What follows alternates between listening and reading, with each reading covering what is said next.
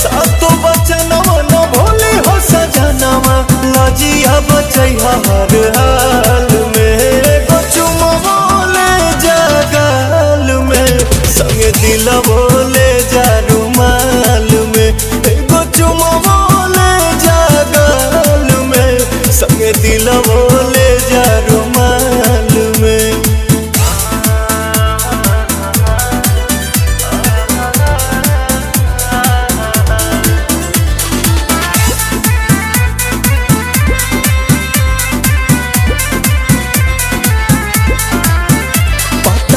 पीछे कदम बवाले बलम जल्दी पड़ बनी हाले के पाले बलम